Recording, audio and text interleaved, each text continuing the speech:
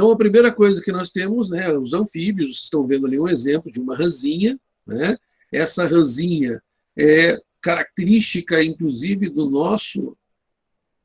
da nossa floresta, né? Ela toda coloridinha, tá? Essa aqui não é uma rã venenosa, mas ela tem um colorido todo especial. Normalmente, quando é venenosa, ela tem um colorido também que chama muita atenção, como a gente vai ver, tá? Características gerais dos anfíbios, então. Né? O anfíbio tem uma vida dupla. O que significa dizer vida dupla? Que ele passa uma parte do seu tempo no meio aquático e outra parte no meio terrestre. Isso indica para nós que eles foram os primeiros seres a se aventurar no meio terrestre. Né? Eles ainda não são completos, eles ainda dependem da água. Por isso a gente diz vida dupla. Uma parte da sua vida precisa obrigatoriamente da água, tá? E a outra parte da vida pode ser vivida na terra, mas sempre dependendo da água. Por isso que está aqui, ó, vivem em lugares úmidos e sombreados. A própria pele dos anfíbios não é própria para um ambiente terrestre.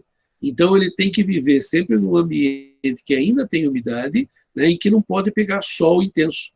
É por isso que de dia nós não vemos sapos normalmente, a não ser que ele tenha sido obrigado a sair do seu esconderijozinho, né, andando por aí. Mas no final da tarde eles saem para se alimentar e já não tendo mais o sol forte, né, para castigá-los.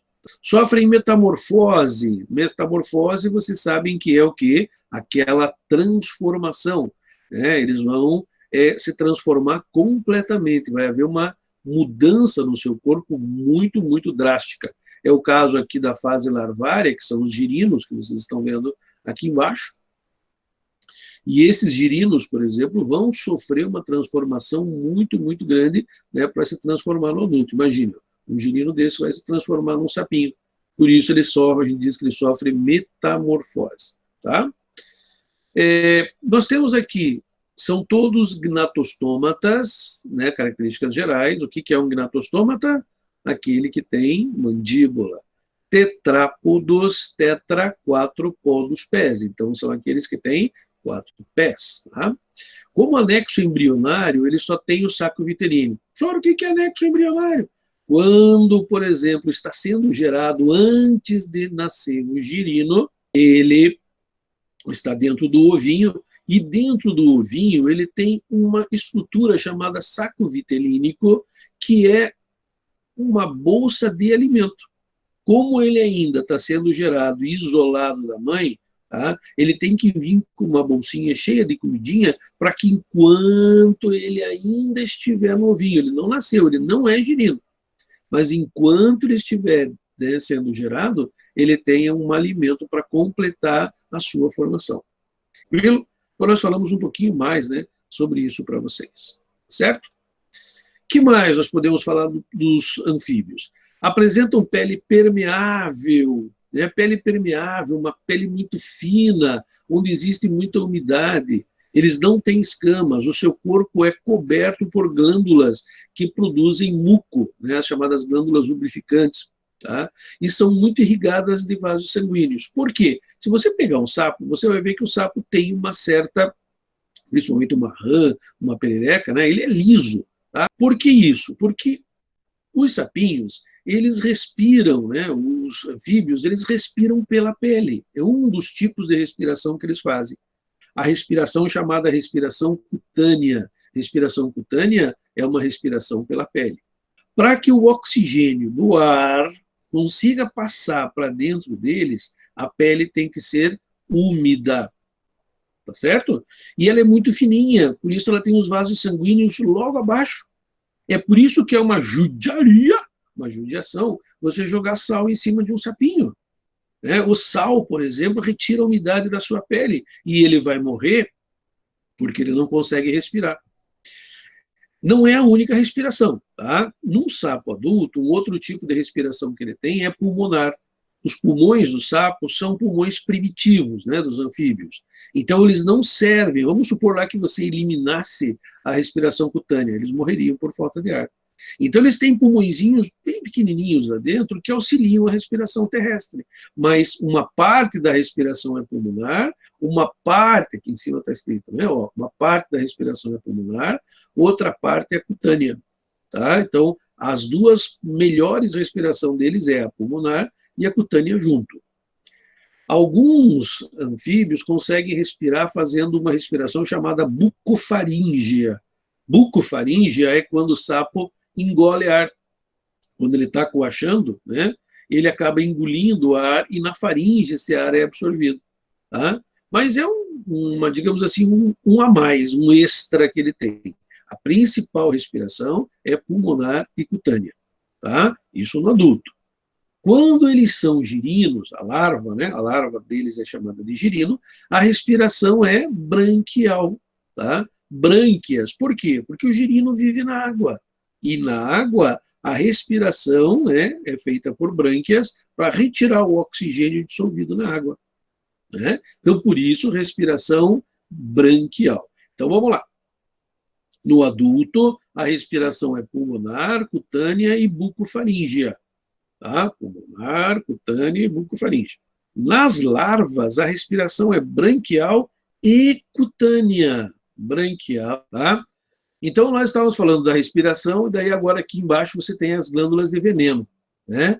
As glândulas de veneno desse ser, né, elas são bem interessantes. Por quê? Porque elas são chamadas de paratóides, parótidas ou serosas. Elas são glândulas que o sapinho tem, tá? E que ele não consegue injetar o veneno. Por isso elas são interessantes. São glândulas de veneno. Vocês podem ver que aqui vocês têm o olhinho, aqui vocês têm o que a gente chama de tímpano externo, é por aqui que o sapinho escuta. Ó. Esse é o tímpano do sapinho e ele é externo. E aqui, onde vocês estão vendo essas bolinhas, na verdade, no caso, o veneno saindo. Isso aqui é uma glândula que ele tem em cima, é uma glândula salivar, que foi alterada por uma glândula de veneno. Então, esse amarelinho que vocês estão vendo é o veneno saindo. Só que tem um porém. O sapinho, ele não consegue ejetar o veneno. Ele não tem nervos nessa glândula. Então, não é assim, eu quero ejetar o veneno, eu vou ejetar. Mentira. Tá?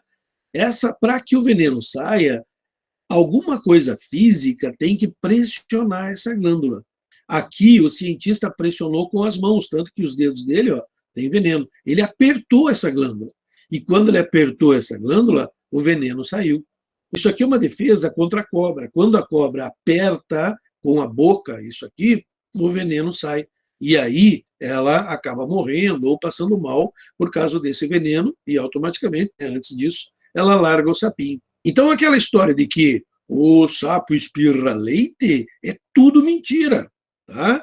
Primeiro, leite? Como assim leite? Ele não é mamífero. Como é que vai espirrar leite? Né? Segundo, tá? Espirra. Ele não espirra nada. Você pode chegar a pôr um sapinho na tua frente e chegar e começar a provocar ele. E aí, sapo, quero ver se tu é macho. Né? Começa a dar tapão na cara dele, ele não vai fazer isso, né? Mas ele não vai ejetar leite em você, não vai ejetar veneno. Porque ele não tem como fazer isso. Ele pode blefar, ele vai inchar, ele vai engolir ar, ele vai ficar maior do que ele é, mas para tentar simplesmente dar medo. Mas ele não consegue injetar esse veneno. Então, cuidado, ó, o sapo não espirra nada, tá? E muito menos leite, né? Outra coisa, o veneno de sapo deixa a gente cego. Mentira.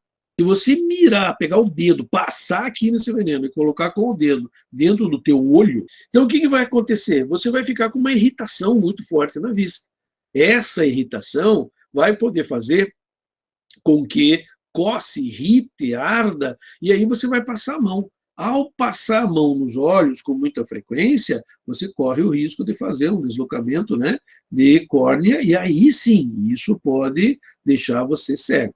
Mas então não tem, tudo isso é balela. Esse ser, para nós seres humanos, ele é inofensivo, ele não faz nada, nada, nada, nada.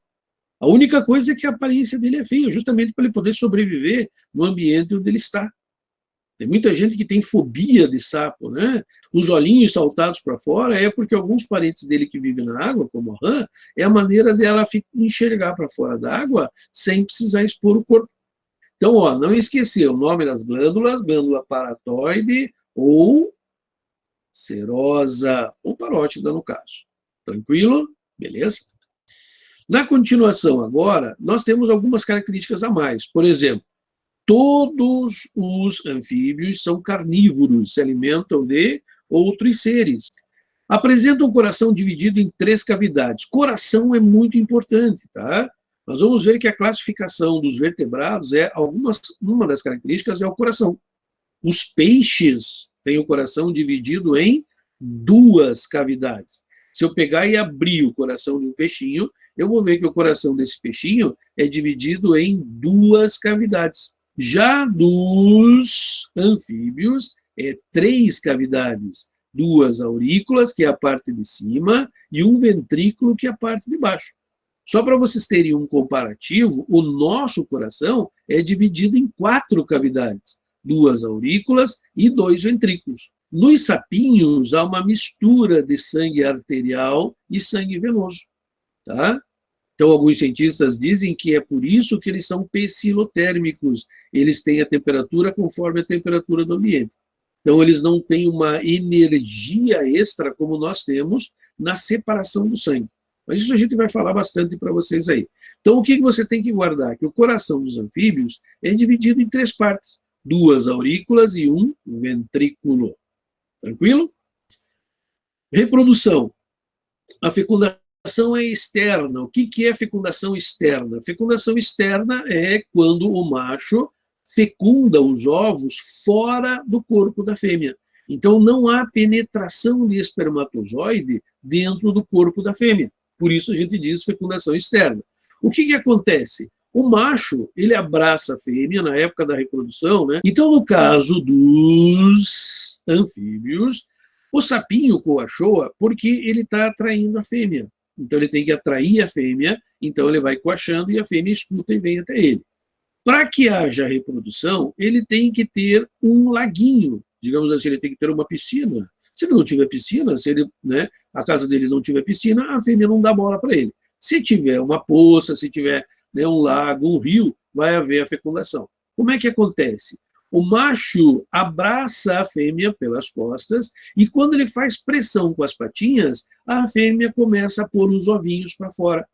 À medida que os ovinhos vão saindo para fora da fêmea pela cloaca, né, que é um órgão reprodutor e excretor, tá? O macho vai fecundando esses ovinhos.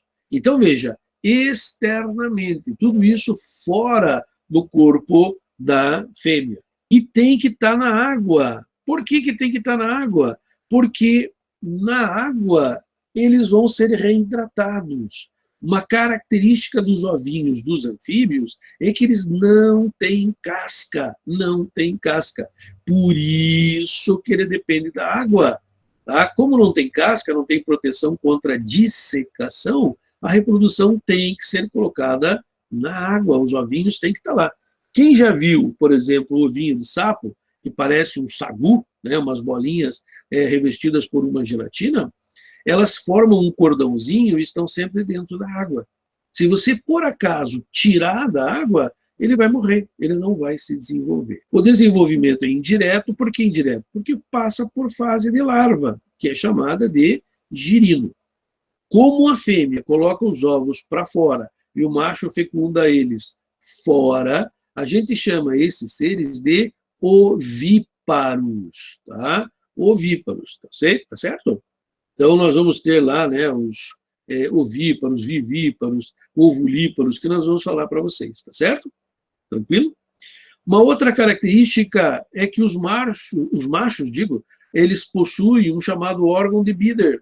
O órgão de Bieder é uma parte feminina, um ovário que eles têm, atrofiado dentro deles. Todo macho tem esse órgãozinho de Bieder. Se acaso, num determinado ambiente, as fêmeas forem poucas ou não tiver fêmea nenhuma, os machos mais velhos acabam fazendo com que esse órgão de Bieder se transforme no aparelho reprodutor feminino. E aí nós vamos ter o quê? Machos se transformando em fêmeas. É o que aconteceu, para quem prestou um pouquinho de atenção, né, no filme Jurassic Park. No Jurassic Park, eles dizem lá, não pode haver reprodução desses seres, porque nós só temos machos. Então, como que eles vão se reproduzir? Mas, numa hora do filme, o cara encontra alguns ovos. Tá? Como é que isso aconteceu? Aí ele explica, se você prestar atenção, ele diz, Porque foi usado DNA de anfíbios, e os anfíbios conseguem fazer isso aqui, né? Machos se transformar em fêmeas. E aí, lá no filme, né, eles começam a se reproduzir. Tá? Existem 3 classes dentro dos anfíbios: os anuros, os urodelos e os ápodes. Vamos ver um pouquinho de cada uma delas, né, para vocês entenderem. Tá? Então, anuros. Quem são os anuros? Né? Anuro são aqueles que não têm cauda, tá? Com patas, tá? Possui o corpo dividido em cabeça, tronco e membros, tá? E nós temos como exemplo os sapos, rãs e pererecas. Aqui nós temos alguns exemplos para vocês, né? Essa rãzinha aqui é que eu falei para vocês que é a rãzinha venenosa. Essa rãzinha aqui, se você tocar com a mão nela, você morre. Entra pela pele e é capaz de morrer, de matar o indivíduo. Lógico, vai para o hospital, eles vão tentar fazer todo o possível, mas é muito, muito perigosa. Tanto que ela já te avisa, né? O colorido intenso de vermelho diz, ó, não mexa comigo. Porque na natureza, o real é você ser o quê? Você estar aqui, ó, disfarçadinho, né? No ambiente. Aqui não está meio fora das folhas, né? Mas é verdinho, então ele disfarça. Agora, chamar atenção, que nem esse aqui, é um aviso. Olha, cuidado que eu sou venenoso. É bem pequenininho. Tem assim uns 4, 5 centímetros essa rãzinha aqui. Tá certo? Então, ó, sapos que passam a maior parte do tempo na terra, se escondem e só vão para a água na época da reprodução. Tá? Rãs que vivem na água, tem a parte dos 2 pezinhos atrás, as 2 perninhas atrás, transformadas em nadadeiras. Essas são as rãs. E as pererecas são aquelas, como vocês estão vendo aqui no desenho, aqui embaixo, né? Que tem aquelas bolinhas nos pés, as ventosas, para ela poder andar nas folhas, tá? Andar nos galhos de árvores sem cair.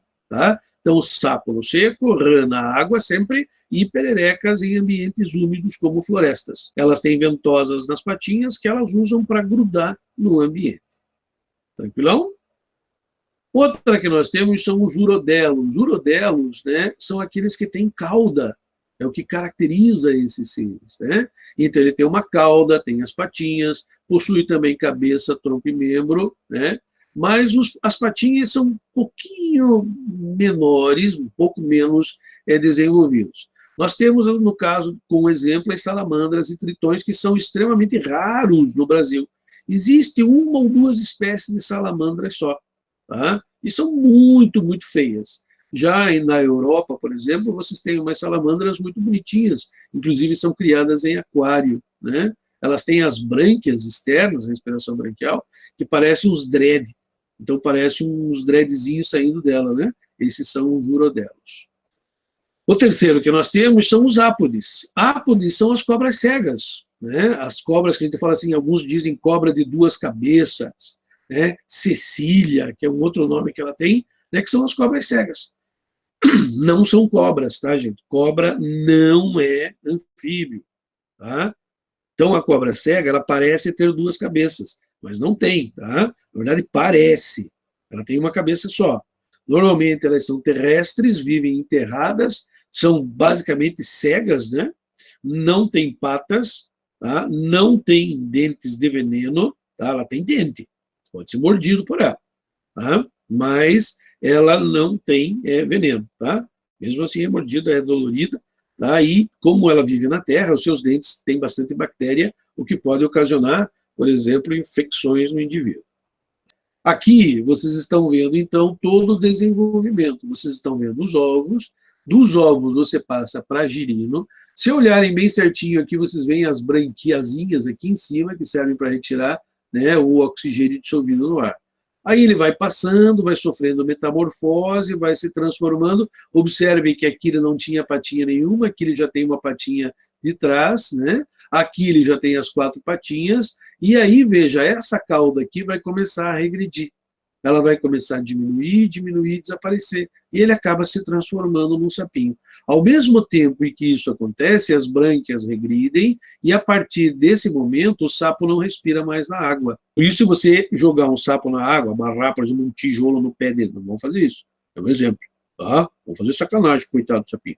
E jogar ele na água, ele vai morrer afogado. Ele não tem como respirar. Lógico, ele demora para morrer, porque ele é pecilotérmico. Pecilotérmico significa que a temperatura varia, então o metabolismo desses seres é baixo, tá? Então eles aguentam muito tempo sem comer, né? Aguentam um tempo embaixo da água, mas não conseguem sobreviver lá. Ele vai morrer.